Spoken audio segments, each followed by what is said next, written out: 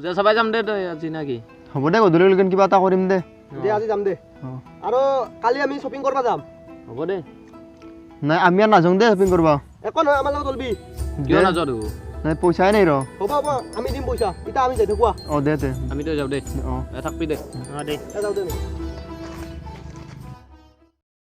আদৰে বল লেবেলে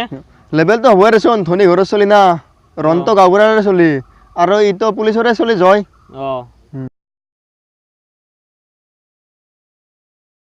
জয় আজি বহুত দিনৰ মূৰত তাত আহিছা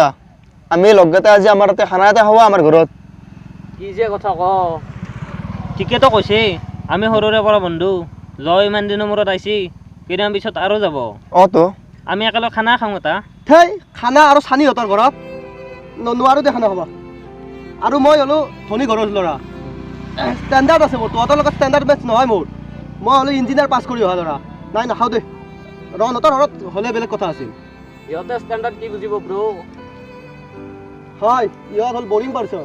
চালা গাঁৱলীয়া ভূত এই তোৰ আজি আমাক ইনকে ক'লি আগতেতো মায়ে ৰান্ধিৰা ভাতে আমি গোটেইকেইটাই লগ হৈ খাইছিলোঁ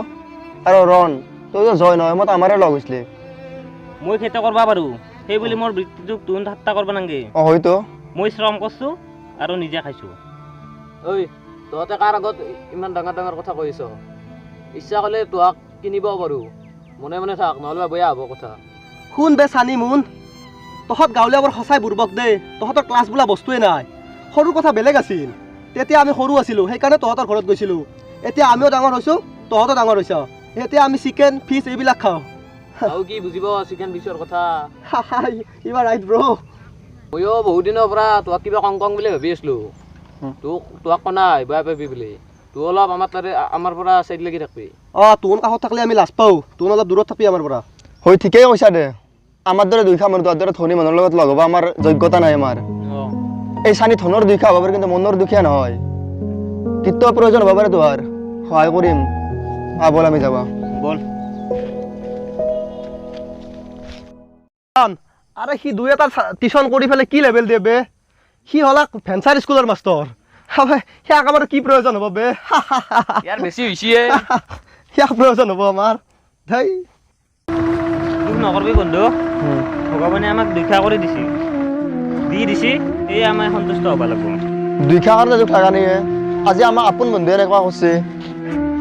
হয় দেই টকা পইচাই চব নহয়তো বন্ধুৱে মেইন কথা এটা শুনছা না জয় আৰু ৰণে বোলে নিচাজাতীয় দ্ৰব্যৰ বেপাৰত ধৰিছে এই সেইখন গাঁৱৰ জন আৰু ৰাজৰ লগত ময়ো অলপ অলপ শুনছো ৰ তাক এই কাম কৰিব দিব নৰা তাহোন হাজাৰ হ'লেও আমাৰ আগৰ বন্ধু আছিল তাহোন যাক ফোন কৰি কথাটো কওঁ জয় মালটো জেগা কালি পঠাই দিবি মই জকালে কৈছোঁ একেলগে যাতে একো অসুবিধা নহয় সোনকালে অলপ দে মই মালটো যাক জেগা কৰি নিবা দিছোঁ অলপ আমি সাৱধানতা পাব যাতে কিবা পুলিচে চলিছে হ'লে যাতে তাও ফাঁচে আমি নহয় বুজি পাইছে না অলপ আমাৰ সাৱধানতা লাগব ঠিক আছে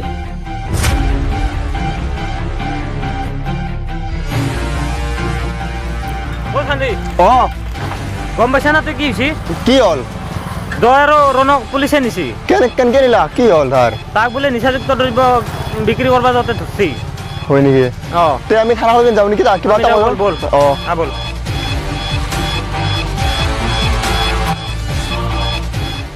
তুহো আমাক ক্ষমা কৰি দিবি আমিতো ক্ষমাযোগ্য নহয়ে হ'ব দে আৰু এটা কথা কচোন আমাক যে জেলৰ পৰা উলিয়াই আনিলি ইমান পইচা ধন ক'ত পালি হেতি হ'ব দে হেতি কথা কোৱা নাই কিন্তু আমি কিবা এটা কৰিছোঁ দে তোহাৰ পাৱাৰ আমি কেতিয়াও ভাবিব নোৱাৰোৱে আমাক মা দেউতা আনবাই নগ'ল হৈ তাহোন সন্মানৰ কথা ভাবলা হয় তোহোন যে আমাক উলিয়াই আনিলি তোহাক আমি ইমান কষ্ট দিলোঁ ইমান অপমান কৰিলোঁ হয় না ৰদ দে দে হেলা ধৰি নাথাকিবি আমাক ফাঁচে গুচি গেল বন্ধু হিচাপে আমাৰ আমি কৰ্তব্যৰে ধৰা নাই তো এই আমাৰ বন্ধুত্বৰ এনাজৰি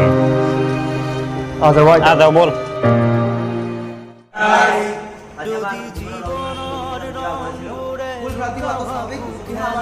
যদি আখাৰ সাকি